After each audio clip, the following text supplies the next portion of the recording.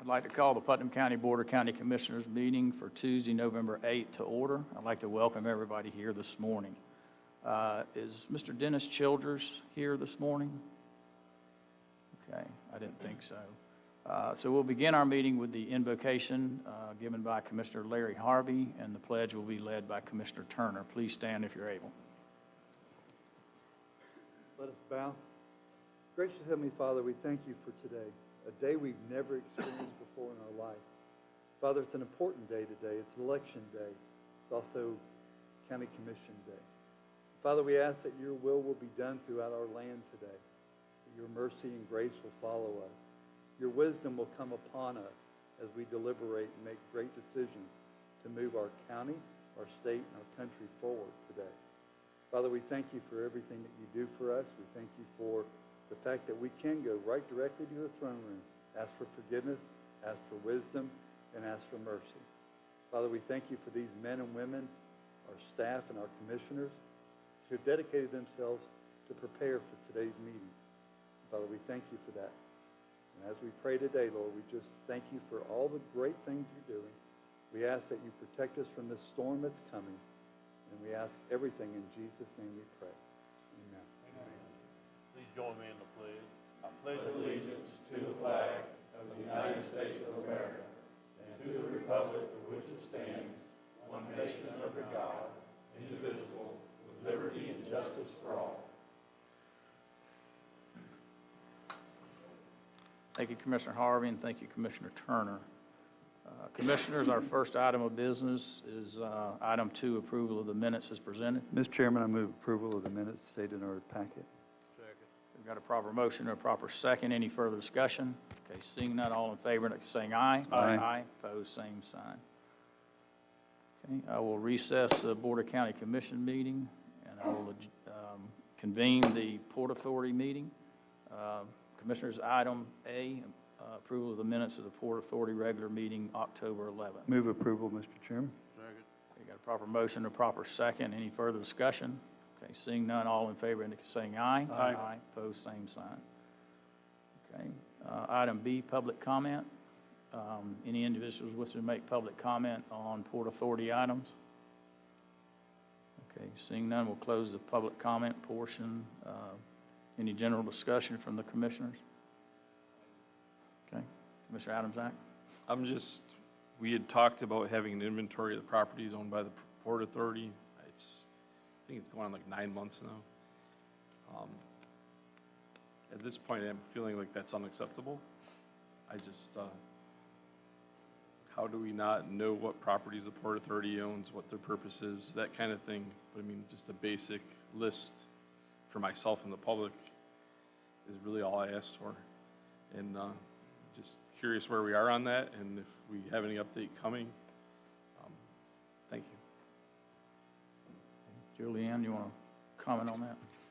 Yes, sir, Chairman. The original request came in to provide an analysis of both inventory and the impacts it would have if we transfer properties between general fund and the Port Authority.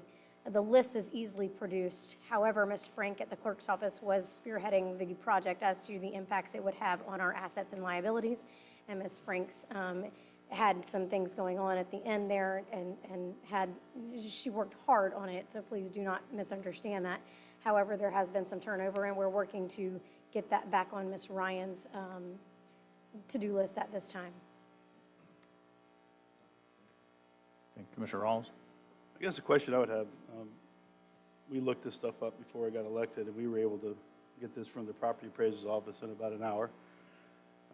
Didn't take a lot of research. I had a list of every property, and still have that list of every property owned by the Putnam County Port Authority as it was in 2016 or 17.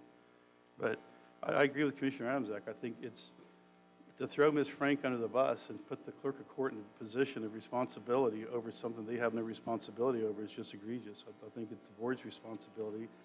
This is the Port Authority Board. It's not the clerk of court, and it's not the county commission. And this is part of the problem that I've been complaining about since the day I got elected, is the mismanagement and misfeasance of staff and the board. But I'll leave that alone. Here we go. Oh, no, we haven't gone yet. Okay. All right. Okay, any other comment? Yes, sir, Mr. Chairman, there he is. just because Mr. Matt Reynolds, clerk of the court, is sitting here today. Mr. Reynolds, please don't take any comments that were made here this morning as anything directed at your staff or Ms. Frank. We understand the situation we're working on. I haven't, sir. No, sir.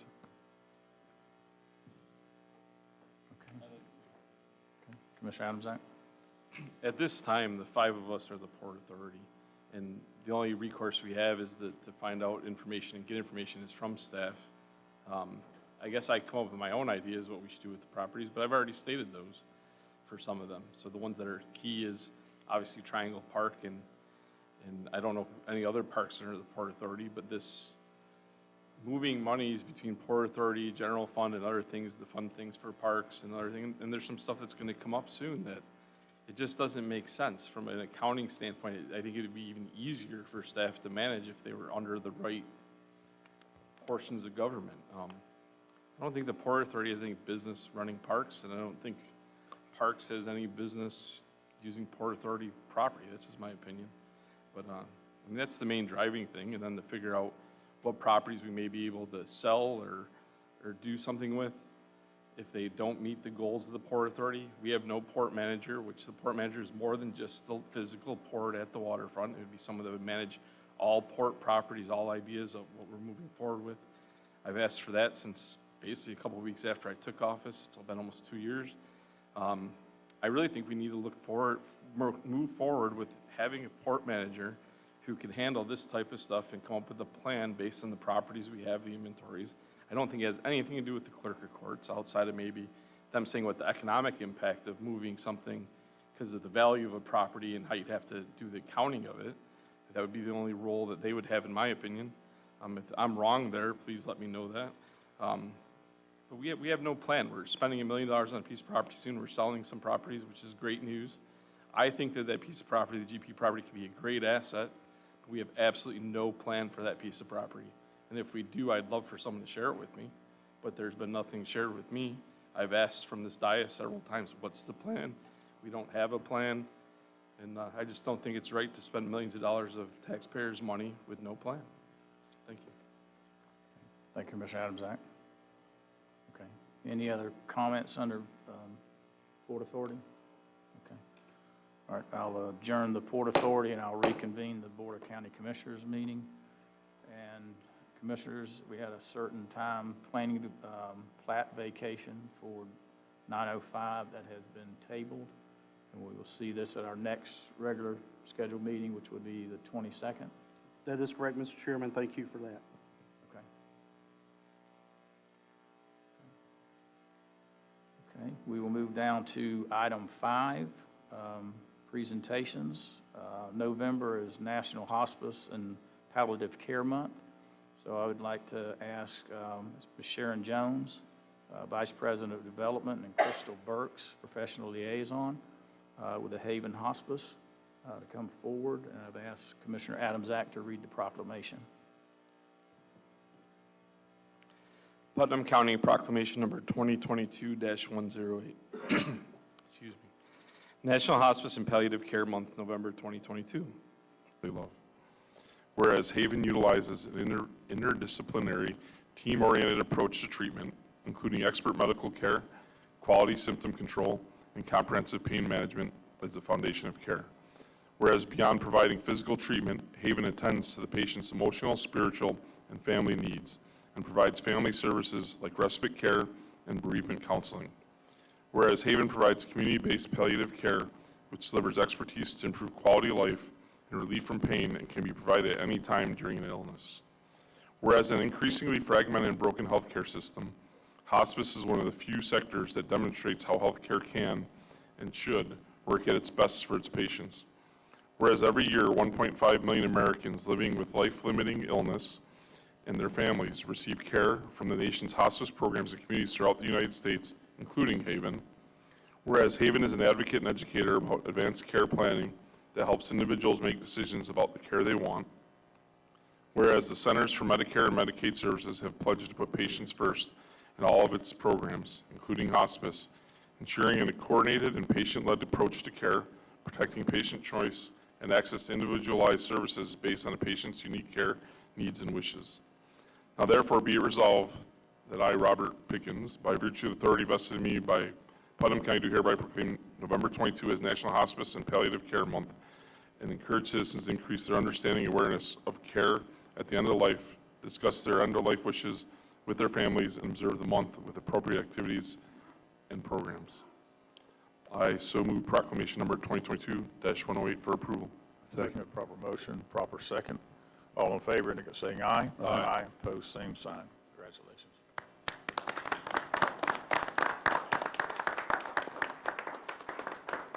Before I ask Sharon and Chris to say a few words, the ever-young Danny Martinez was supposed to be here. He has an event that he's headed to this afternoon, and been very instrumental in the foundation, I believe. And also Wayne McLean was supposed to be here and not able to attend. I found out about hospice the hard way. It was when my father was dying. And until you're involved in that process and what hospice can provide you, you truly don't understand. And they were a godsend for our family, and then also with my mother-in-law just a few years after that. So I just say thank you for everything that you do and will continue to do to help families in these situations. So if you'll say a few words, thank you. Thank you, Mr. Chairman. Thank you, Commissioners. We're very happy to be here today to receive this recognition. Certainly, we're glad to be a part of Putnam County with the Roberts Care Center. I must admit, though, it feels a little lonely to be here today without our board chair, Danny Martinez, or our vice chair, Mr. Wayne McLean. But we also always receive such a warm reception from you all, so thank you very much. And remember, every day is a gift. Thank you. Yep.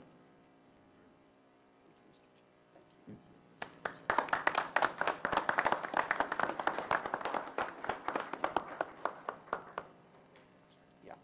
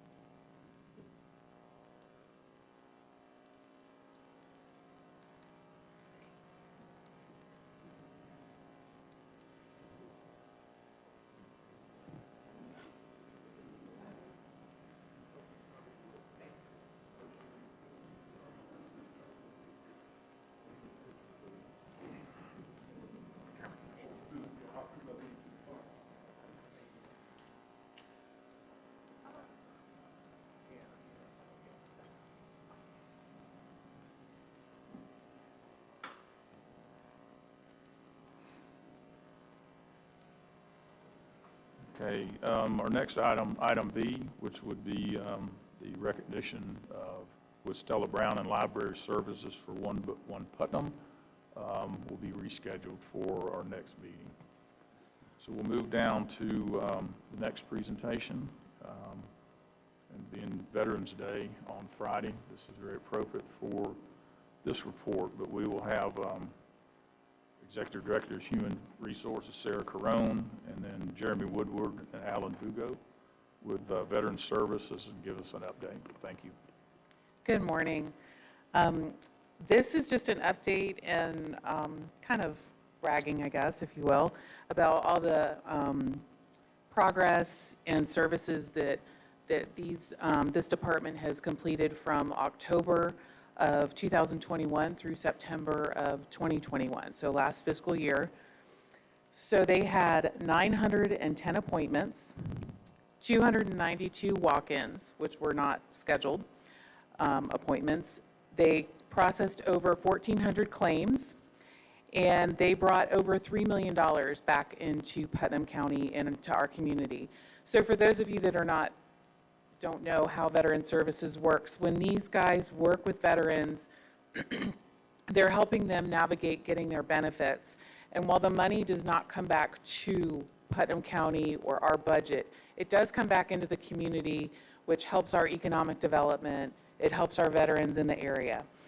In addition to the $3 million of claims that they had processed, they also saved 2 veterans with medical expenses. One veteran, they saved $850,000 in medical expenses, and another veteran, they saved $245,000 in medical services by identifying benefits that they could have gotten through the VA and other sources rather than just traditional insurance. They also helped a third veteran receive $250,000 in back pay that they should have received. And the really kind of highlight here for me is that during the last fiscal year, while we had 2 employees, for about 6 months of the year, we only had 1 person who could actually access the VA system. So they really did a great job of tag teaming, of interviewing the veterans, telling them what they needed, helping them navigate while another person was doing all the data entry and processing their benefits. So these guys have worked really hard. They have a really good rhythm going with, their locations in Crescent City and Interlochen and the office here in Palatka. So being Veterans Day, I thought it was a good idea to just give them some shine and congratulate them on having a great year.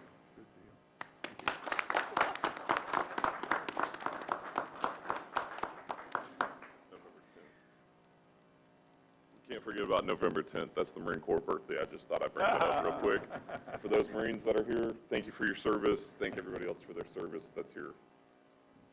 Good deal.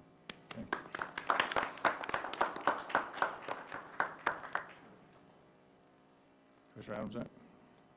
So I just want to say, during the time frame that we were down to 1 person, there was a little bit of negative feedback coming back, and that's just because of backlog and stuff. But I do want to acknowledge that I have gotten feedback in the past few months that things have improved dramatically in that office. You guys are doing a great job, and you guys have always done a great job. The prior people did a great job. We have a unique community here where I think just a little bit over 10%, if you go by census numbers, of our community is veterans. And that's a big block of people in a small county like this of 75,000 or less people. And I just appreciate everything you do. Any veterans that are out there watching or listening, take advantage of the resources that we have in the county. The Legions also have some resources, and obviously your VA clinics do. But these guys do a great job. Very few complaints ever, and mostly kudos. So I appreciate everything you guys are doing. Thank you. Thank you, Commissioner Rawls. Commissioner Rawls. Yeah, I want to echo the same sentiments that Commissioner Isaac said. I've also talked to some veterans that are very pleased with what's going on in the community. There was a time, 6 or 8 years ago when getting services was very difficult, having follow-up. A lot of people don't realize that while serving the military is dangerous in itself, separating from the military also presents a lot of challenges. And there's some folks that have a tough time reassimilating back into society, especially when they've served in a forward combat position. So, when you're thinking about people and what they do for a living, think about the people that have served previously. There are a lot of folks out there that suffer from PTSD from an emotional perspective, but also from a physical, traumatical perspective. So I think that the 11th is a very important day for us to all remember our veterans, and the fact that they're here and the fact that they've served and the ones that went before us are the reason that we're able to sit in this room and enjoy the liberties that we enjoy today. So if you'd like, I'll go ahead and read this proclamation. Okay. Administrator Suggs wants to make a comment, and then I'll call the representatives from the American Legion up in just a minute. Administrator Suggs. Thank you, Mr. Chairman. This is a personal comment to both Alan and Jeremy. This is a service that is absolute need, but it's one of those that brings a much-needed relief to the families for which you guys work with and the effect that you have in their lives. My father was a World War II veteran who worked very closely with the Veteran Services Division for many years, who ended up being 100% disconnected due to a service injury. And so the benefit of what these folks bring to people's lives is really invaluable. You can't put your hand on it. You really can't. It's the intangible. So to both Alan and Jeremy, thank you so much for what you do for this community and for what you do for this board and for the administration. Thank you both very much. Commissioner Adams? Just one last thing, only because he brought up the Marines. Go Navy, on behalf of myself and Commissioner Rawls. Okay. Thank you for that update. That's fantastic. And I also had a veteran reach out to me about the experience he was having and the service he was getting just recently. So thank you so much. Next is proclamation declaring Veterans Day, November 11th. And as I asked, and I didn't get the young lady's name, but I do recognize Gary Coward out there, who I've known all my life. And his wife was an educator in Crescent City for over 30 years. And both Gary's children, his son and daughter, both graduated from West Point. Is that correct, Gary? Yeah. So probably don't have too many counties with two graduates from West Point, just a few years apart. So, and they served their country well. So as I asked them to come forward, I've asked Commissioner Rawls to read the proclamation, but if we could have it come up, and I'm not a veteran, my father was and my grandfather, but could we just have all the veterans stand and recognize them, please? And any veterans who want to come up with me.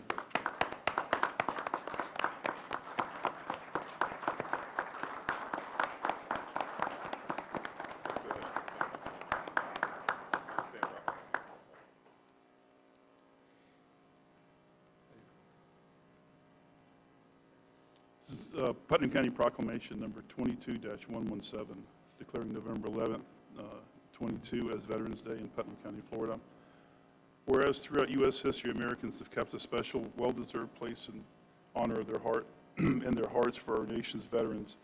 And for more than 70 years, we've set aside each November 11th to recognize the men and women who have so valiantly served our country, first known as Armistice Day in 1947 and changed to Veterans Day in 1954. On this day, we pause, remember, and pay tribute to these veterans whose courage and sacrifice have secured our freedom. And in Putnam County, we have over 10,000 veterans who have answered our country's call for duty. And each Veterans Day, our community celebrates and honors our veterans and invite all Americans to display their American flag and honor and pay tribute safely to our Americans who gave of themselves to keep us free. Now, therefore, be it proclaimed, through the authority vested in me by the Board of County Commissioners of Putnam County, Florida, I do by proclaim November 11th, 2022, Veterans Day in Putnam County, Florida. Mr. Chairman, I move approval. Second.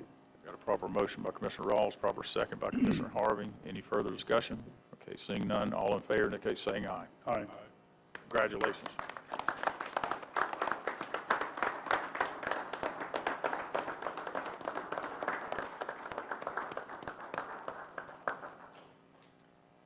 On behalf of Bert Hodge, Post 45, Palaca, Florida, the veterans appreciate you inviting us, and thank you for this very, very much. We're all about helping other veterans all across the nation. So anytime you see a veteran that's in trouble, try to help them if you can. I surely appreciate this very much. Thank you.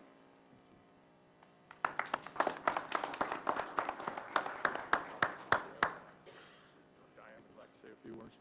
No? All right, thank you so much. We'll get a picture, okay?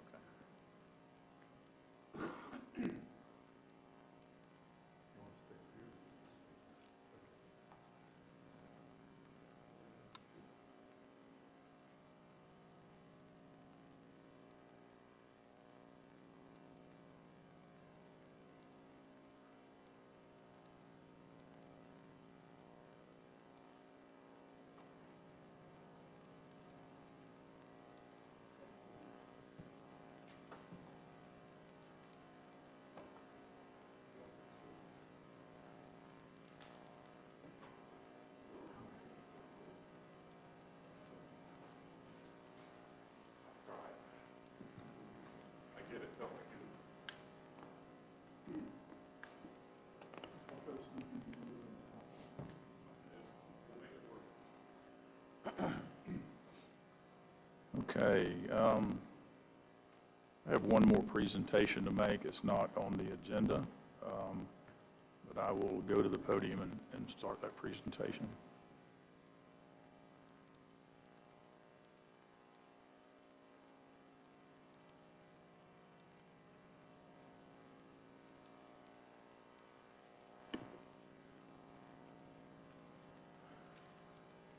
Mr. Chairman, I'm going to take a point of privilege to make a few comments before I ask this person to come forward.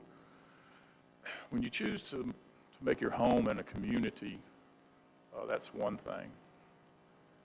It's probably because you like where it's located, maybe some of the people. But when you choose to marry, raise your children, enter into multiple businesses, self-employed, that's when you really take stock in the community. I'd like to ask Commissioner Jeff Rawls to come forward, please.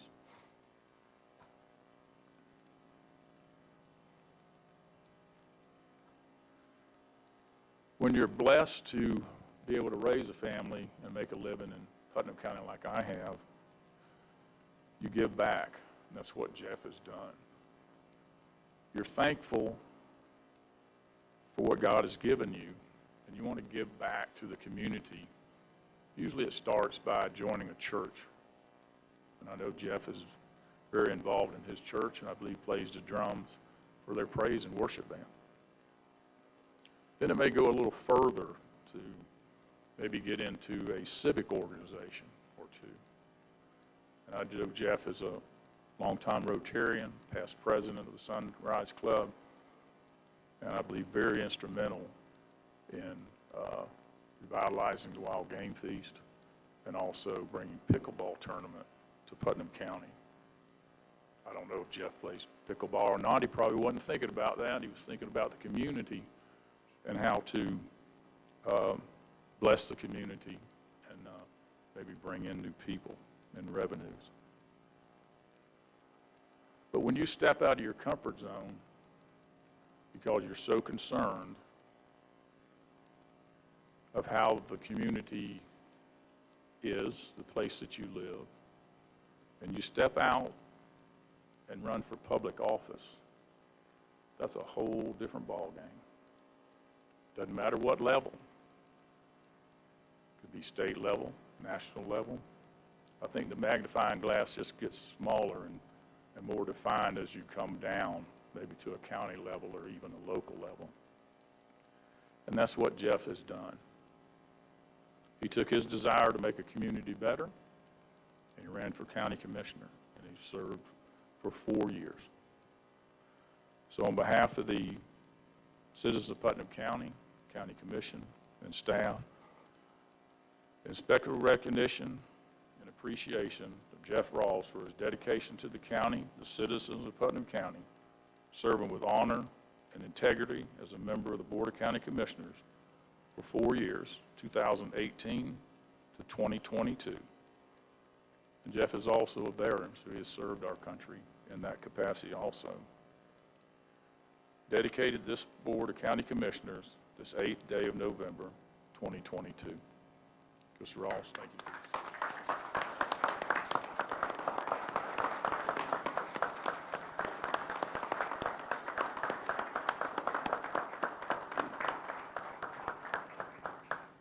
To say this is overwhelming would be an understatement. And I've never been one to be at a loss for words, but this is definitely one of those moments. Thank you.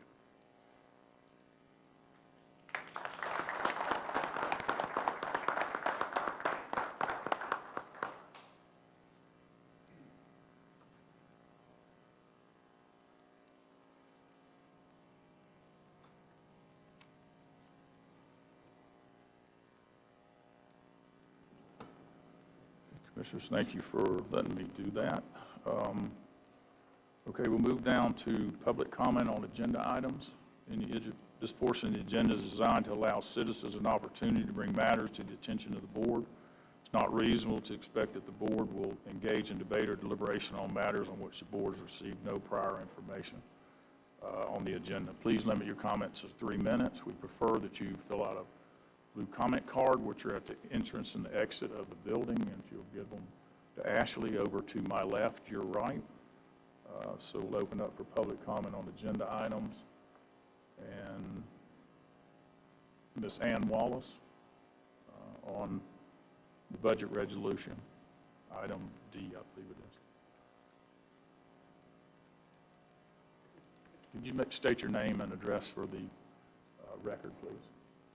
Good morning, Commissioners. My name is Ann Wallace, 134 Bowfin Avenue, and that's in Palatka. In September of 2021, Mr. Turner asked for $2 million funds from the BPP, the Better Place Plan, for road resurfacing. And I applaud you, and I think it's great. Ms. Young informed that $1 million had already been budgeted. Mr. Turner wanted more, of course. So he asked for another $1 million, and everybody pretty much agreed. He did ask for it to be taken from the dirt to pave plan, and Mr. Harvey very much told the whole commission that there was some extra money coming in from the Better Place Plan revenue, more than expected. Remember, this is 2021 we're talking about. So this was a win-win situation because the roads are being resurfaced. It's a great thing, and there was no more money that would be taken from anywhere that it shouldn't be taken from. So the lion's share of the money spent at that point. So today, staff is asking for that same money, that money from the Better Place Plan, to be used to purchase 4 ambulances. And the 4 ambulances were allotted from the ARPA funds. And I also think that's a great thing. I wish you guys had allocated for 10 ambulances. But you cannot take money that you've allocated and spent for something else and then resurrect that money and allocate it somewhere else. So I did a little bit of research, and I think that it's worth investigating where we can get that money from, where Putnam County can look at getting the money. And there is a provision under the ARPA funds where the county could take about $1.5 million from the ARPA allocation and allocate it to, I guess, the general fund, or, I'm not an accountant, studied it in school, but didn't qualify. So I think that there's a way that we can turn it into a win-win situation. Thank you. So I'm asking for you either to table the ambulance purchase and find out where we can use the funds, or, do something else. Thank you. Thank you, Ms. Wallace. Commissioner Rawls? I guess it's appropriate to talk about this. There is another source of funds, and that would be the general fund reserves. I agree with Ms. Wallace. I think that the intent of the Better Place Plan, when it was originally proposed to the citizens, was we agreed to pay the extra cent in taxes in order to gain roads through dirt to pave, maintaining roads, and also sidewalks and stuff like that. Buying ambulances was never intended for that, and whether it's allowed or not, I think this commission should take the position that the BPP should be used to make Putnam a better place. As I've said before in the past, there's been a lot of missed opportunities by not funding for future expenses, and having your capital improvement plan provide new ambulances on a regular basis is what should have happened here. Now we're having to scramble and pull money out of a fund that was actually meant to do exactly what Ms. Wallace said, which is pave roads or maintain roads that are already paved. So the BPP tax is not guaranteed to be put back in and reinstated when it expires. And I don't know why the county commission at this point would not just take a look at the general fund reserves and say, we have the money, let's pay for that, and leave the BPP alone. Mr. Turner? Mr. Chairman, I'll hold my remarks until the item has been pulled from the consent agenda for proper time. Okay. All right. Okay. Any other public comment on the agenda items? Okay. Seeing none, we'll move down to the consent agenda. And I'm going to pull item K, subtropical storm Nicole, local state of emergency declaration. We'll pull that and talk about that at the end. Commissioners, any items you want to pull, starting with Commissioner Adams-Ack? D and I.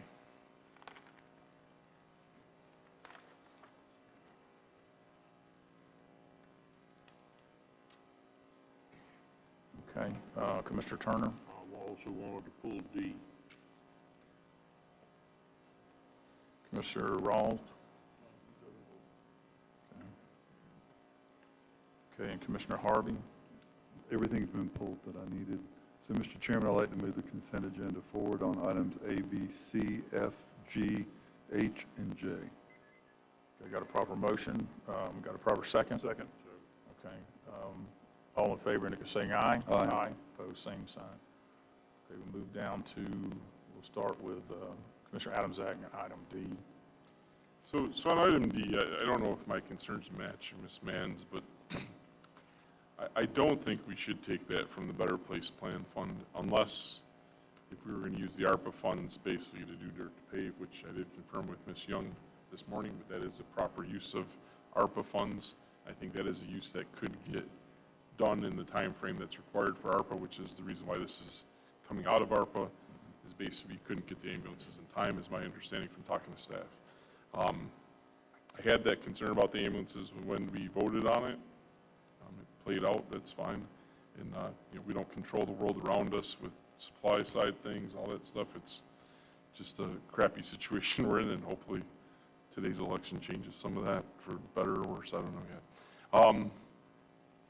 So I'd like to see us, if we did move forward with it as this is written, I wouldn't support it unless if we were taking and committing that same $1.561 million from ARPA to dirt to pave or resurfacing.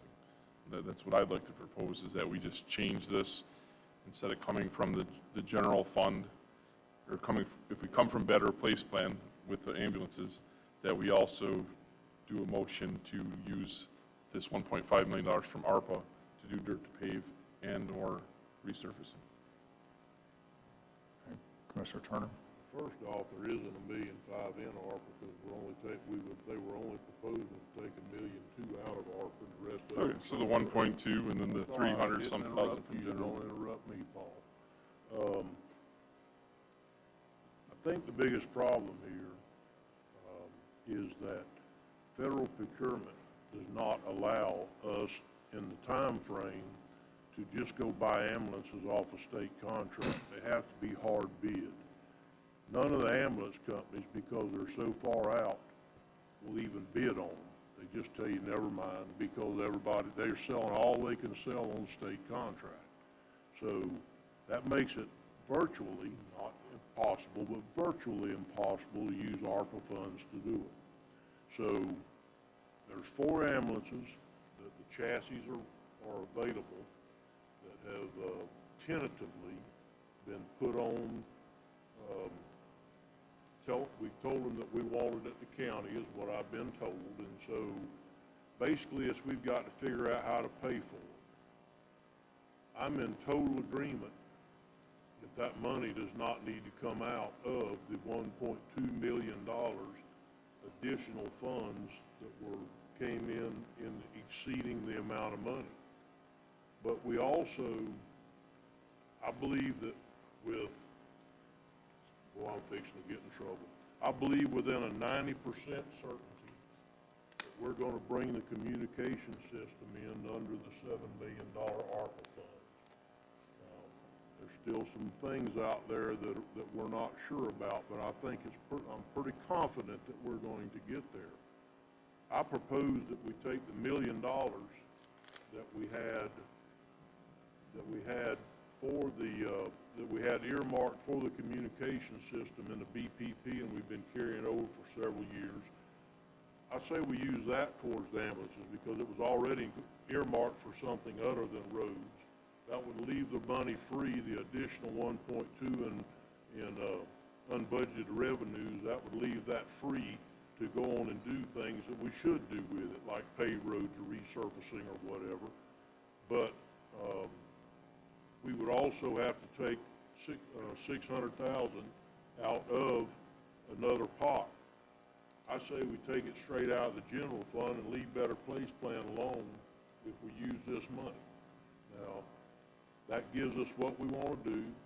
That does not use the 1.2 million. It takes 600,000 out of general revenues to go toward the 4 ambulances. If we don't take these 4, it's going to be 3 years before we can get another. So we need to go on and try to get these 4 ambulances that are available, or it's going to be 3 years. And then we're going to be 3 more years behind in buying ambulances because we haven't bought any ambulances in the last couple of years, so we're behind. So maybe from this point forward, we can just try to get an ambulance a year, and then we're just on, we don't get in this position that we're in right now with too many old ambulances. So basically what I'd like to do is take the communications, the $1 million in communications money that we have rolled over for several years and use that towards the ambulances, because now it's not, I don't think we're going to need it. And if we are a little short of 50 or 100,000 of making the deal work, we could always take that money out of the general fund to make just to finish up the communications. So that'll finish that project. That'll get our ambulances on the way, the 4 right now. And basically it's $1 million that was already committed to non-road construction or resurfacing. So it's not taking any of that away. And like I said earlier, it's been rolled over several years. And then the other 800,000, just take it, or 600,000, excuse me, take it out of reserves, and we can go on and get our ambulances, and we haven't messed with any of the money or dropped the percentage on the road to pave or the resurfacing in the Better Place Plan. We've actually increased it. So that's what I had to say, Mr. Chairman. Okay, Commissioner Rawls? I think we should leave the $1 million alone. You're going to need that to build the animal services building. I think if you start, take the money for this right now out of reserves that you currently have, and you have plenty of it, fund those ambulances, and then start funding, purchase 3 more ambulances on top of that to be delivered in 3 years, 4 years, and 5 years from now. I think then you're getting in a lot more strategic position to replace your fleet. You won't have the aging problem that you have right now, and you'll be in a position to have your capital improvement plan actually work for you and not have these little emergencies that pop up. But I think if you take your eye off the fact that you have an animal services building that your public has been demanding for a very long time, shifting this money around from ARPA to animal services is viable. Shifting it around from BPP, from the reserves in BPP to animal services is absolutely what the tax was for. But I think at this point, that's pulling it out of reserves unless you've got the reserve money spent somewhere else. And we just told the public a month ago that we didn't need reserves money to balance the budget. So I think that we're in a pretty good position to be able to do that. We should do that. Okay, Commissioner Adams? I'd be all for either proposal. My only thing is I don't have the information, I guess, that Commissioner Turner has, that the communication system's going to come in under $1 million less than what was expected. I don't even know who I would talk to garner that information. So I guess there's conversations happening that I'm not aware of. So, and I guess there's conversations I can try to have if someone can direct me with who to have it with, so that I can find out how we're coming in under $1 million. I'm a little bit concerned, because that's a need that's been out there for over a decade as well, is if we pull that money out and then it doesn't come in under $1 million, because I have no indicator, and you said it in another meeting too, outside of Commissioner Turner saying that he feels like it's going to be under $1 million. I'm hopeful it is, because that would be a big win for the county, it'd be a big win for all of us. I just have nothing to say that that's a fact. If I knew that was for certain, I'd be all for that. But without knowing that, I'm for just taking out the general fund at this time. Okay, Commissioner Turner? Well, first off, if the board will remember, you actually voted to let me participate in the communications, negotiations, and system. So I don't have any information. I'm not allowed to share any of that information with you, except when we're in a meeting. So the negotiations aren't finished, but they're going well. And the staff more than myself, I can't take claim for this, the staff more than myself is doing very well. The Sheriff's Department has participated on a grand level with us to try to get us there, along with EOC, and I think JR, Julianne, and Terry has taken the lead on this, and they've done a fine job. I do think that we're going to get there. Like I said, if we end up being just a little bit off, we can take that money from general fund and make it whole. I do believe we're going to be right around $7 million at ARPA. It's not $1 million less, it's the money that we set aside from ARPA. We're going to be within it, the $1 million that we've had set aside for the communications tower, which is what we had it in there. We're going to get it included in the $7 million with negotiations. And like I said, I probably already spoke too much because that negotiation is still ongoing, but I think we're going to get there, I really do. With that said, Mr. Chairman, I'd like to propose a motion. I'd like to propose a motion that we purchase the 4 ambulances, where they can send out the PO, that they use $1 million from Better Place, from the communication system monies, and $600,000, 1.6 is what we need, right, Julianne? $600,000 from reserves to purchase that. Second, Mr. Chairman. We've got a proper motion, and we have a proper second. Okay. All right, we'll start with discussions. Commissioner Rawls?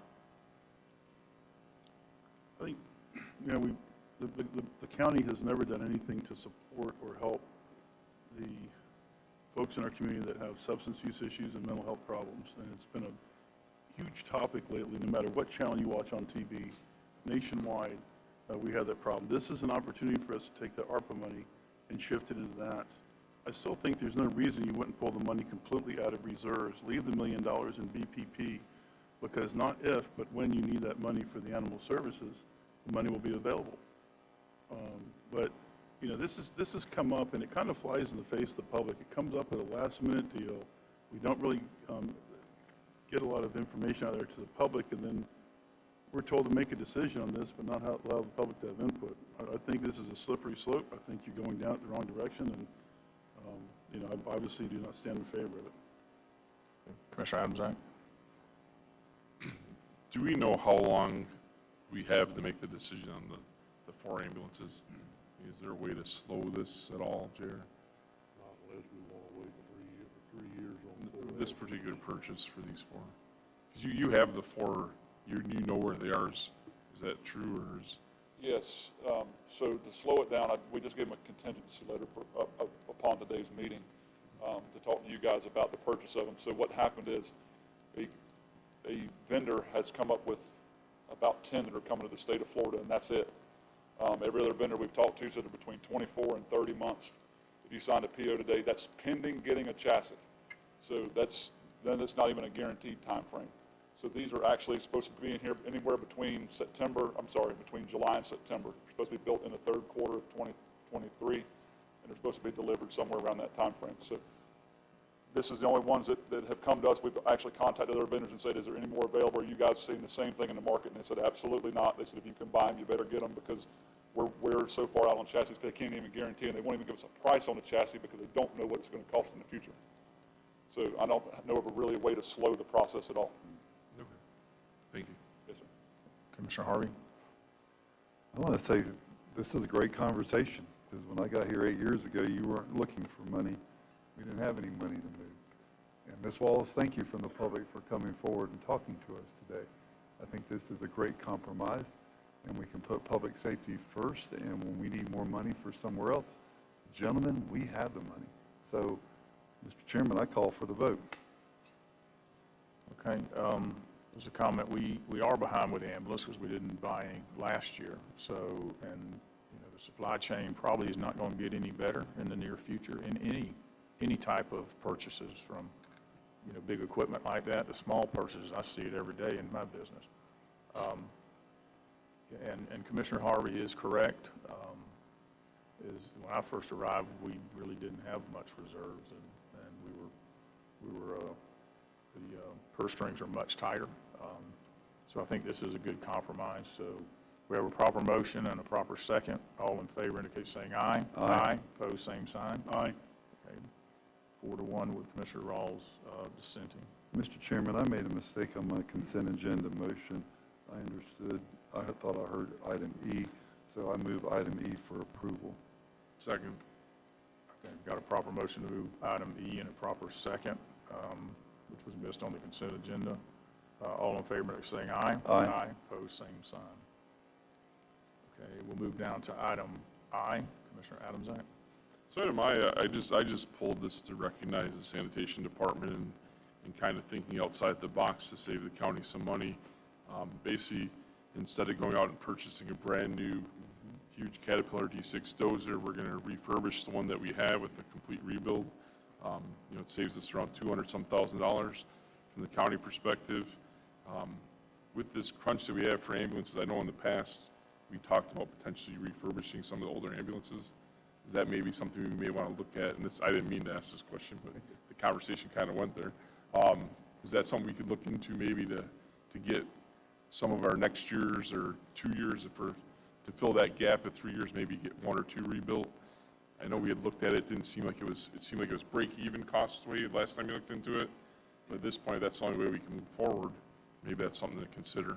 Absolutely, we can absolutely look into it as well, but I mean, those chassis are the ones that you could actually re-chassis right now are just as hard to get in your internationals and things like that. They're very well out too, but we can absolutely look at trying to re-chassis some ambulances in the future, absolutely. Thank you. And that was the point behind switching to the 550 chassis that we've kind of done now is whenever it comes available, you just order a new chassis, put the box on top of it, and we're back on the road with, a paint job or something and fixing up some scuffs and stuff like that in the future. Now, that's exactly where we're headed. Okay. So the purpose of me pulling this is just to recognize that we do have staff that's working hard to try to save us some money in some places, and I really appreciate Jay Tilton for that work. So I move that we move forward with item I. Second. We've got a proper motion and a proper second. Commissioner Rawls has a comment. Question or comment for JR.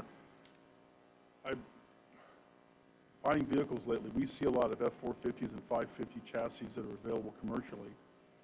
Have you explored the possibility of buying the chassis and then hand them over to someone to build a box? Question one. Number two, I personally would disagree with re-chassing in the internationals that you have right now. I think that it's counterintuitive to this county and the rural nature that we have. You're better off with the 550 chassis. But it seems to me like commercially speaking, they're available. You can buy, even if you had to buy a truck with a cargo box on it and take the cargo box off, you'd probably be dollars ahead, and they are available. The thing that we've noticed, and we have asked that same question, is a lot of the 550s and 450s out there are not built with the ambulance prep package that's required by DOT for us to have. So, I mean, we checked with Duval Ford and we checked with Bex, and they just don't order those in with the ambulance prep packs. They don't fit the bill. So when I did ask them when we could order chassis, they told us that they're just now receiving chassis they ordered 24 months ago. Right. So, I mean, either way, if I was to get a chassis and get it ordered today and if we received it 24 months from now, by the time I get it to the manufacturer and get it on there, we're still at 30 to 36 months out before it ever did. So I have not been able to find a chassis that was built with the ambulance prep pack, whether it be Ford, Dodge, Chevrolet, any of them that have the ambulance prep package built that are sitting on the lot. I would encourage you to find out what's included in that prep package. It used to be a larger alternator. Yes, sir. And in some cases, an air compressor or not an air compressor that can be added, especially for PTO purposes. But I think there's a way around it, and you can have all the ambulances you want built if you were to do that extra work. I would encourage you to look into it. Sure. If the ambulance prep package is what's stopping you, maybe get your own chassis and prep your own and have them prepped by the end manufacturer. But I would not want to see you guys run those MAV units anymore. They're just waste of weight, and it's hard on the roads and hard on the chassis. Yep. Thank you. Joe, you may want to stay up there for item K. And I'd also like to comment before I call for the vote, is I commend Jay Tilton also for everything that he's done at the landfill, but reading the information about the rebuild of this D6, it's going to be as good as new when it comes back, and in a fairly short time. So I commend him on that. So got a proper motion and a proper second on item I. All in favor, saying aye. Aye. Aye. Opposed, same sign. Okay, Commissioners, before you is a local state of emergency declaration that we need to discuss about enacting. No, I just, and I want to update from JR, from the briefing that I've set in on this morning.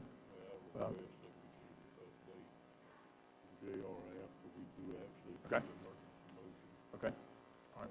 Basically, if I may, Mr. Chairman, I'm understanding this is basically that we don't have to have a special meeting if the governor declares a state of emergency. We can just have you sign it, is that correct? He already- declared yesterday, sir. It was declared yesterday. I move approval. Second. Okay. A proper motion, a proper second. Administrator Sugg, you have any comments before we vote? No, sir, not at this time. Let's go ahead if you don't. We'll certainly do that, but I'm sure Safety Director Grimes will talk about the pending event itself and the seriousness of it, and making sure that our citizens are very much aware of what we're facing here. Okay. Do we need to read any of the resolution title or anything like that? By title only, sir. Sir? By title only.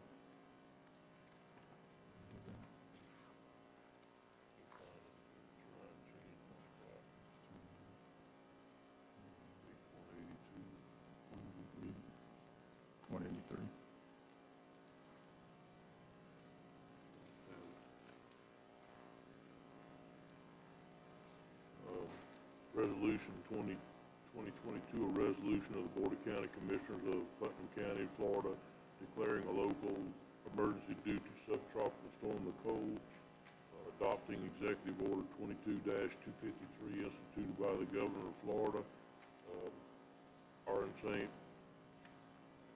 pursuant to Chapter 252 Florida statutes and Putnam County ordinances, Article 2, specifically Sections 16-19 through 16-26, and providing for an effective date.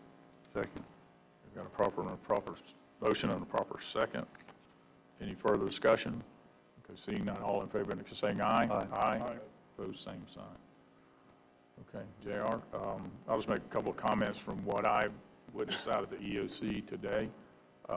Is this storm is definitely going to have a good bit of wind, a good bit of rain, and the storm surge on the coastline and especially St. Johns River is going to be 3 to 6 feet. So this will be Irma-like. Didn't say Ian or Matthew, it'll be Irma-like, which I think that was the worst one. And some of the closing comments from one of the people giving the report, he said, don't take this storm lightly at all. You need to prepare, and especially if in your flood-prone area. So, JR?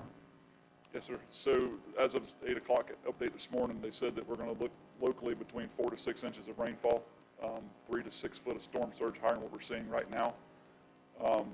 Al Sandrick from the National Weather Service, which is retired a meteorologist, said he wanted us all to keep one thing in mind. Superstorm Sandy that hit New Jersey and New York registered 2 spots of hurricane force winds. So I didn't necessarily compare it to Sandy, but he was saying don't take this one lightly. Especially I was in Dunge Creek yesterday afternoon. I went into Sportsman's Harbor in Willaca, and the water is already at the top of the bulkheads if it's not already in the streets. So we stacked 3 to 6 foot on top of that. We're going to be in, I hate to say bad shape. I don't want anybody to take it lightly. We're going to make a decision this afternoon at 1:20 whether when and we're going to open up our shelters. Just because then we've already ordered through the state this morning, we ordered a shallow water team from the state of Florida, and if it gets approved, they'll send us an air asset to go with it so that we can be able to get into these flood-prone areas that are already flood-prone. I'd say we still have 60% of the water we had from Hurricane Ian still left in the river. I have not been down to Astor Lake in the last week or two, but when I was down there, the water was still backed up trying to get into Lake George. So I think we're going to see long-term effects from both of these storms, and it doesn't seem like they're going anywhere real fast. So we pray for everybody out there that that's watching this. Please keep up to date. Listen to our radios, listen to our Facebook pages, look for our updates. We're going to try to push news media out today, just to try to keep our citizens as much informed as possible. So if you guys would just share all of our information we're shipping out today, and that kind of stuff. So, but shows that we're probably going to get some tropical storm force winds, somewhere between 55 and 74 mile an hour sustained with some upper tropical storm gusts. They showed 48 miles an hour sustained in the current projected model. In Crescent City is a 48 mile an hour sustained winds with up and getting into the 70s in their gusts. So it looks like it's going to be a south end storm. However, it shows Gainesville starting to get tropical storm force winds sometime early morning Thursday. So it is going to shift over, and then it's going to kind of bend and go straight up towards Georgia and run the east coast out of the United States. So it does look like it's going to be a pretty significant event. People just need to stay tuned and keep an eye out and be safe. Commissioner Rollins? Just want to say, we started digging a swimming pool yesterday. That day for that. You know, when I launched a boat the other day at the boat ramp here, and I jokingly said to my wife, I said, if the water comes up any higher, we're going to need to just buy a canoe, because it makes it very difficult to launch a boat when it's that high, but it's high already. And I think downtown Palatka may experience some issues with drainage, it looks like. And they say we're going to see a significant northeasterly flow where the storm's coming in underneath us, and we're also going to, and the king tide's also here, and it won't go away until after the full moon, and we're right in the, I mean, all the stars are lining up for bad flooding time, so people out there just watching this or whatever, please take it serious. Don't wait till the water starts running in your house before you call us. Let's get you out, let's get you to a safe spot and get you taken care of. Commissioner Harvey? Thank you, Mr. Chairman. I also wanted, while we're being filmed, let the people in West Putnam know that this is going to affect them. You know, here 2.5 months ago, we were dealing with roads washing out. Now we're dealing with dry roads, and they wish they had some rain on it. Well, they're fixing to get a bunch of it. And just be very cautious. If you flooded before, it's going to happen again. If your road washed out, it's going to wash out.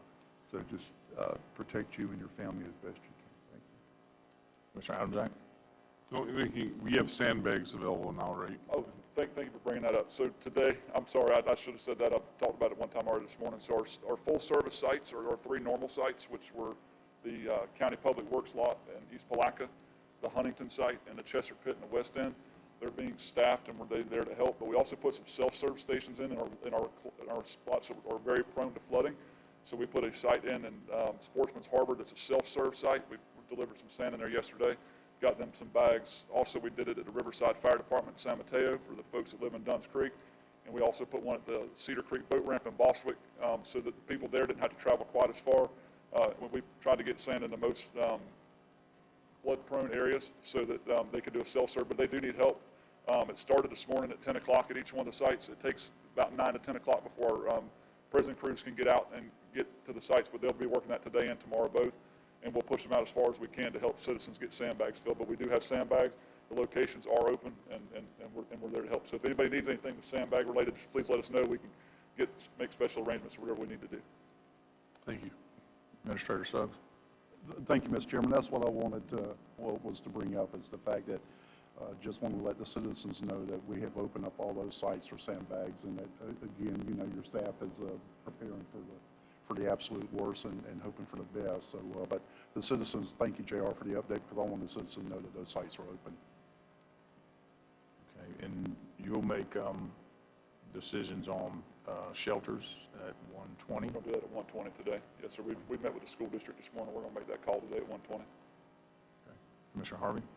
JR, let me thank you and Danielle putting the stuff on the county website. We can pull it right off of there. That gets emailed to us. We can put it right on our Facebook page. It's been very helpful, even as of yesterday. I can't take credit for that, sir. I have to give that to the staff. I know, but I'm just saying that she's done a great job doing that. So grab it off of when it comes to you in email, put it on your Facebook. It works very well. Thank you. Okay. Sheriff Deloach, I'm going to put you on the spot, but I guess I am. I know that I'm going to get calls, and I'm sure Commissioner Turner, with this flooding coming back in. I know that y'all did a lot of patrolling in the Dunn's Creek area, and in Willaca area, and I think even down towards Georgetown for speeding boats after this is over with, because probably just like with Ian, you know, a day and a half after, it's going to be 80 degrees or 75 degrees, and people want to go out in their boat. So will that still be coordinated through the sheriff's department and then also with FWC?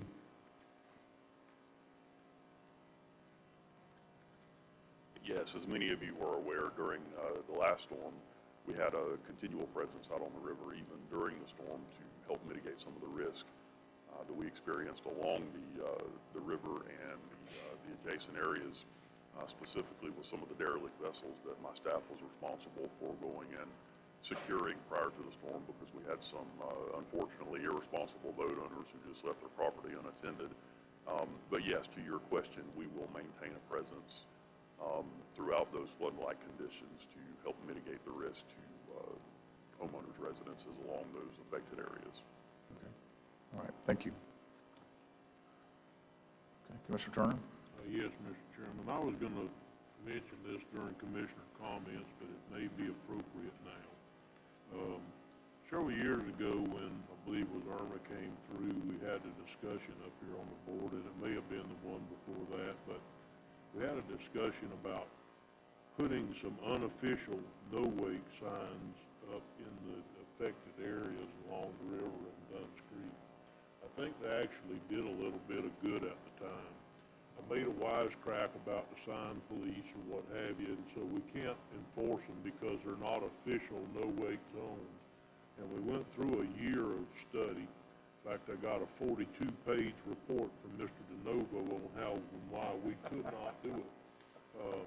But by the same token, I believe the signs helped a little bit. Gator, when we put them signs out several years ago, I think it was 5 years ago now, do you think it did any good at all to help people slow down? I know we can't enforce them and we can't pull them over because it's basically an unofficial no-wake zone, but do you think it helped at all, or was it worth the time and effort that we took to do it? I do. I think it helps substantially.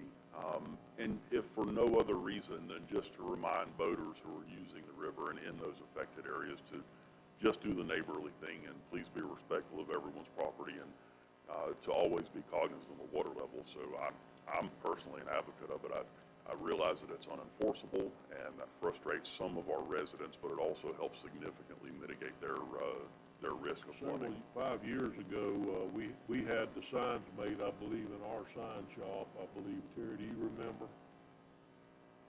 Yes, sir.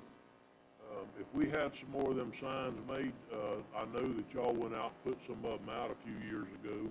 Could we offer them to some of the people and maybe get one of your deputies who's patrolling the river to put them on some strategic docks? And what do you want to tell me the story about when he went? As long as I can get a commitment from the administrator to go and help me put them back up again.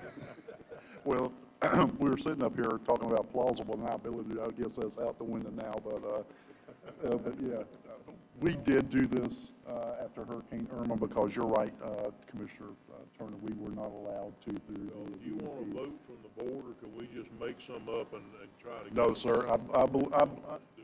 I believe me and the sheriff will come up with a plan. Okay, thank you. Yes, sir. You know, just one last thing. I made the crack about the sign police, but we didn't get caught on these no-wake signs. We got caught on the Jake brake sign from DOT. So maybe there isn't sign police over the no-wake sign. I believe the reason why we didn't catch a whole lot of grief is because we actually had citizens allow us to attach them to their private property, which was a big benefit to us being able to do that. If we could work that out again, I think the biggest problem that we had out, not the biggest problem, but one of the issues that we had out of Ian was that there just was nothing out there at all and the boats plowing by. If it'll help at all, then let's put these things out. Thank you, Mr. Turner. Okay. Thank you, Sheriff Deloach. Okay. Any other comments? Okay.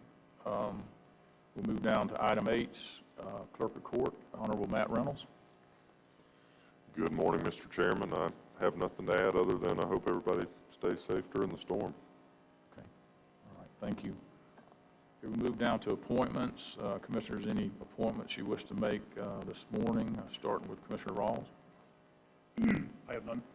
Commissioner Harvey? I have none. Commissioner Turner? I have none. Commissioner Adamczak? I have none, but if there's anyone out there that's interested in the library board, the couple people I had can't attend at the time that they meet. I believe it's 2:30 every other month. In the afternoon, they move it to different libraries around the county. So if there's anyone in District 5, and I guess my question is, does the person have to live in the district for library? If there's anyone that lives in District 5 that's interested in doing that, and maybe a retired person who loves to read, that'd be great, because that one has been difficult to fill. Thank you. Thank you, Commissioner Adams. Okay, we'll move down to public comment on miscellaneous items. This portion of the agenda is designed to allow citizens an opportunity to bring matters to the attention of the board. It's not reasonable to expect that the board will engage in debate or deliberation on matters on which the board has received no prior information as part of the agenda. Please limit your comments to 3 minutes. And please fill out a comment card if you can. And please state your name and address when you come to the podium. The first speaker would be Mr. Rick Wilkinson, the St. John's Harbor MSBU. Good morning. St. John's Harbor. Can you do it in the microphone, because sometimes it doesn't? Oh, I'm sorry, sir. Okay, thank you. It's okay. I'm not a real good speaker, and the man that should be speaking, Mr. Bill Thompson, should be here, but he's not able to hear right now. I just got a couple questions. We recently, as y'all all well know, we were assessed with this new MSBU amount of $238 per parcel, and we've been told, and I talked to you, Mr. Pickens, on the phone, and I talked to Mr. Ladd also, and I'm hearing both the same things, that we're going to see results, but we're not getting any results. We're not hearing anything. Communication, and I know everybody here knows something about communication, is real critical, and we're not hearing anything. And we've had work orders in for about 3 weeks to do some work out there to prepare for any storms that might be coming in late. And now we've got one coming in. There's been nobody out there at all to tend to any of these drainage issues, which is a real big problem. And I'm speaking for a lot of people right now that, like I said, should be here, but we just want to know how we're going to get answers, who we're going to hear from to get these answers. Okay, Administrator Suggs, I spoke with Mr. Wilkinson, and then also, as you said, Sean did. And I know that Sean said that he was going to try to attend some of those MSBU meetings. And so I was just wondering, because that's been part of the problem with this money and how they're funded. So then communication about what the citizens want within each MSBU, and then how to get that relayed to the contractor, because it seems like that is a missing piece. So is that the process that they need to follow? I'll follow up on that, Mr. Chairman, with Mr. Ladd. It is my understanding that Mr. Ladd was going to be attending meetings, and so I will get with Mr. Ladd and see what meetings has been held and which ones we've been able to attend. Yes, and if you would, I'll give you my business card or my contact information before you leave here this morning. yes, sir. Just go ahead and call me directly if you need anything, and I'll make sure that the folks that are supposed to be working on your process and your project follows up with you. Okay. I appreciate that very much. Absolutely, sir. Be my pleasure. Commissioner Adams-Act, you have a comment? I can absolutely attest that Mr. Ladd was at all the West Putnam ones last month, because I was there and he was there. So I'm not sure if he was aware when yours is, when your next one is. But he did a great job. My question, I guess, is with Nilda leaving, I guess we had David Parsons come in, and my understanding is he chose not to take the position. Where are we at with finding a replacement with Nilda? Just because that is really the person, or who's the go-to at this time in lieu of Nilda? Would it be Sean, or how are we handling this while we're waiting to hire someone? Because we basically don't have that MSBU coordinator right now. That's part of the whole. Mr. Parsons did take the position and is still technically in the office. He has had an opportunity present itself, and so he has accepted another opportunity. So we have posted that vacancy online and are in the process of recruitment and interviews now. in the interim, if Mr. Parsons departures prior to a new MSBU coordinator, then Mr. Sean Ladd would be the point of contact. Thank you. Yes, sir. Okay. Okay, sir. Yes, sir. And so you got Administrator Suggs's card also? Yes, sir. So, I have that. okay. All right. Commissioner Turner, do you have a comment? Yes, I just want everybody to know that this is not isolated to just St. John's Harbor. I mean, I have an MSBU in my area that went up over $300 a year instead of $238. It went up to over $300 a year. And in all fairness, they weren't funded until the first day of October. That's when they were actually funded. And so then they put in work orders, all of them, not just yours, Mr. Wilson, but all of them. They put in work orders, and then we got a brand new MSBU coordinator, and then the MSBU coordinator decided to take another project or another job. And so we're kind of in between MSBU coordinators, and even though it's not really Sean Ladd's job, Sean decided to step up and try to keep us in a loop here. So let's cut him just a little bit of slack. I know we're all impatient and everything, but he's basically doing it on top of all his other duties until we can get him some help in there to get a new MSBU coordinator. So, hopefully we can try to get some of these issues solved, especially for St. John's and the Riverside one in my area too, some of these issues. But like I said, you got to understand these people are taking it on right now on top of their regular duties until we can get that person back on staff. Just wanted to mention that along with it. Okay. All right. Any other public comment? Okay, we'll close the public comment portion, and we'll move down to closing comments. Administrator Suggs? Yes, sir, Mr. Chairman, thank you. The only comments that I have here this morning, sir, is just once again, I don't think we can say it often enough, is for our citizens to really pay attention to this event that is coming and heed the warnings and follow the advice that's put out on our website through our emergency management folks, and just be safe. I don't think we can say it enough. This is going to be a major rain event with some serious wind, and we need to prep and we need to be ready for that. If they need anything, they can always call the emergency management line at 329-1903, I believe it is, or 1902. And, am I just a step ahead, Public Safety Director? Oh, my bad. The call center's not open yet, but the phone number would be 386-329-1904. 4, I was close. You're close. Yes, But and that's also, why we have great folks. right now, until we get a call center opened up, you can call our general information line is 329-0379. So if you call that until we get that up and running, as soon as the call center's open, we'll do a Facebook post about that.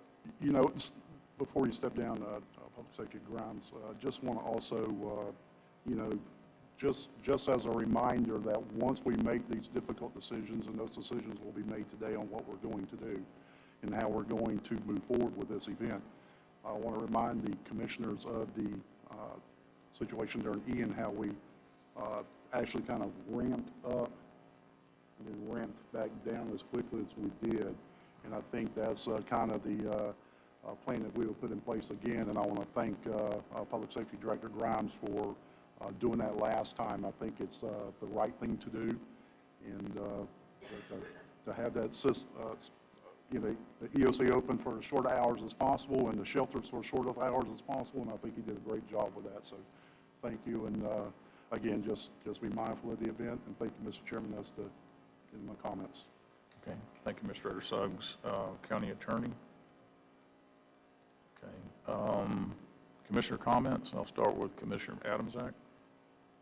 I guess the same thing as in Eden. I mean, just it pays to be over-prepared and not have to utilize what you prepared for in the event of any of these storms, so just please do that. Today is Election Day, so get out and vote. It's a nice day out so far. It's going to rain a little bit later today. So far, 3,700 people have voted on Election Day, so that's exciting news. And regardless of who you support or who you vote for, get out and utilize your right that all our veterans that we celebrate at the end of the week fought to preserve. So thank you. Okay. Commissioner Turner?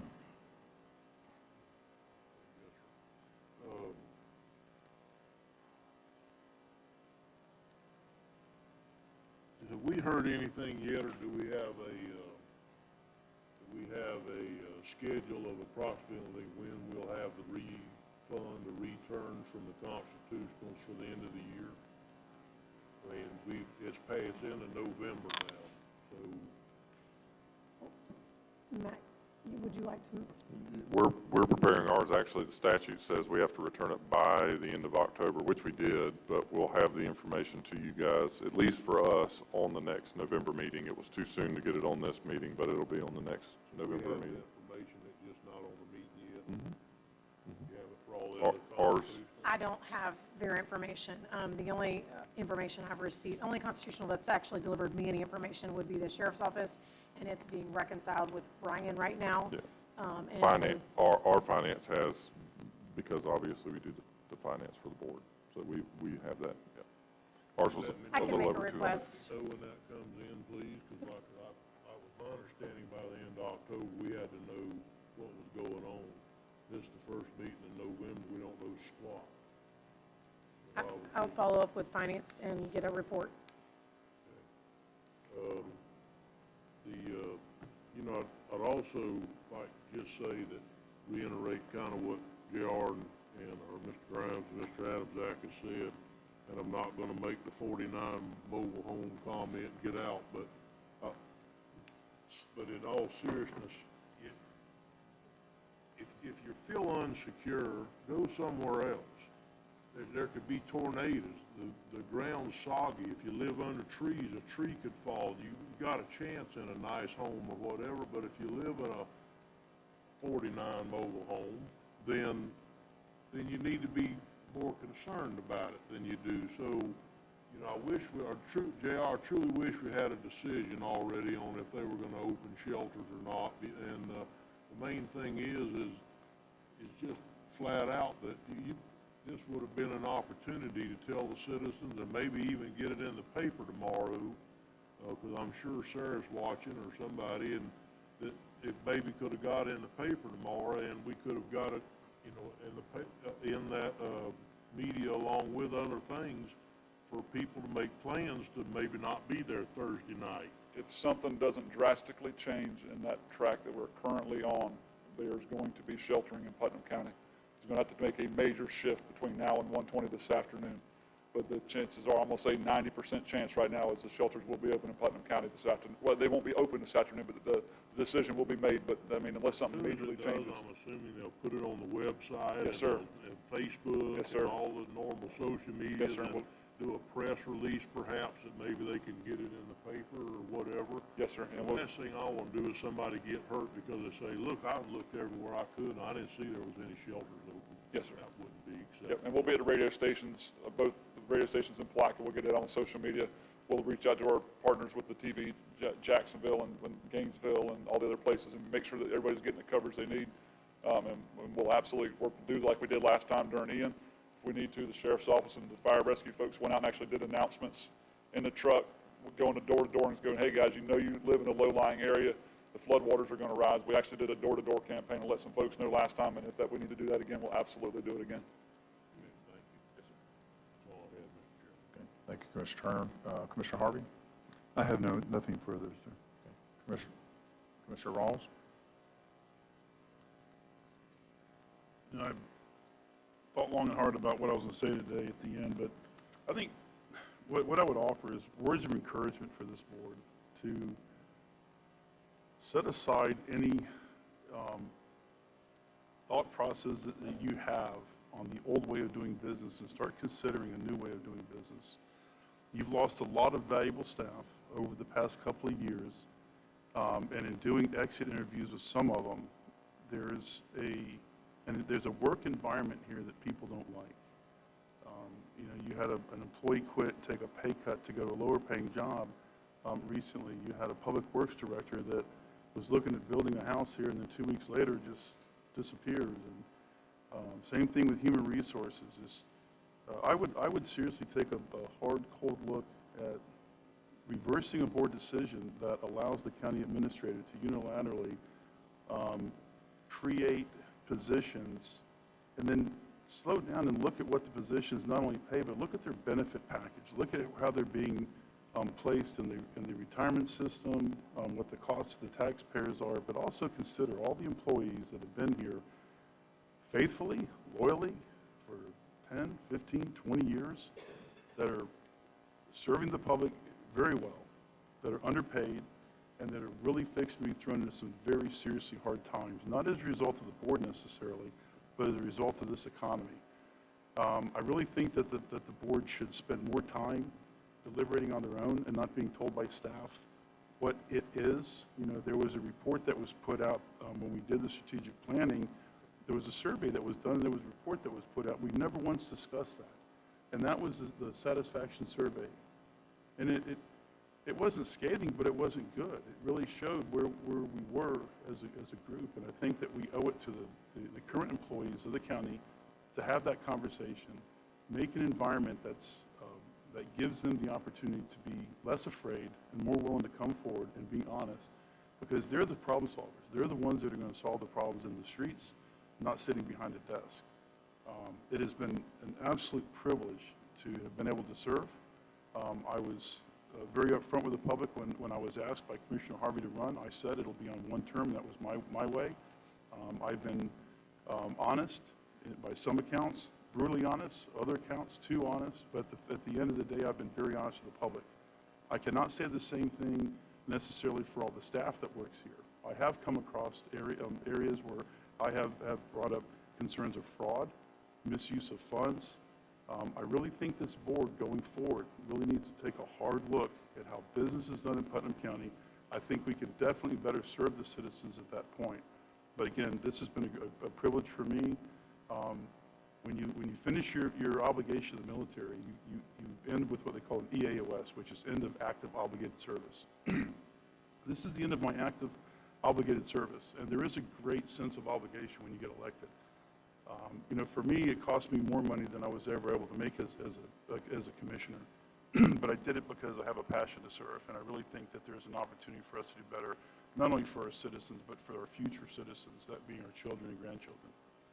So I hope that my words of encouragement fall in the right ears, and you guys can take that to heart. Otherwise, I'm really enjoying myself lately. It was a great sense of relief. Somebody walked up to me the night of the election and said, "You don't look upset." And I said, I had two paths to victory. I could win or I could lose. Winning means not having to have that sense of obligation, going to 3 or 4 Christmas parades a year and 4th of July parades and all these things that you normally wouldn't do, and being able to spend more time with our family, which I can guarantee you this month has shown me more than anything how important that is. So from the bottom of my heart, thank you very much. And this has just been an enormous pleasure.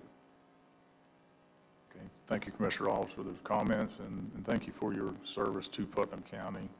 And I remember when I was outgoing chairman after your first year, and I said we did have some spirited discussions, and I said a lot of energy, and you said synergy, which is the name of Jeff's company, one of his companies. So he definitely came with a lot of energy, was prepared, and definitely spoke his mind, no question about that.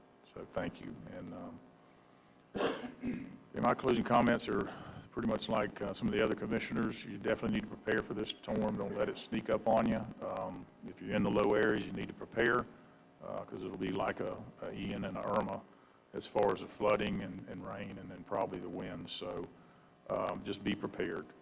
Our meeting for our next meeting on the 22nd, because of the induction of swearing in of the school board and county commissioners, will be pushed to 10 a.m. on that Tuesday.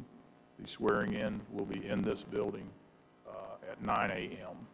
and it shouldn't take an hour. So we'll start our regular Board of County Commission meeting at 10 o'clock on Tuesday the 22nd. And our regular scheduled our transportation meeting will be at 2 o'clock, so there won't be any change in that schedule other than the morning meeting. So, commissioners, any further business to come before this board? Yeah, we're going to do a work job. Let's give it about 20-minute break, and then let's give it about 20 minutes. I got to check on some things. If there's no further business, we'll stand adjourned.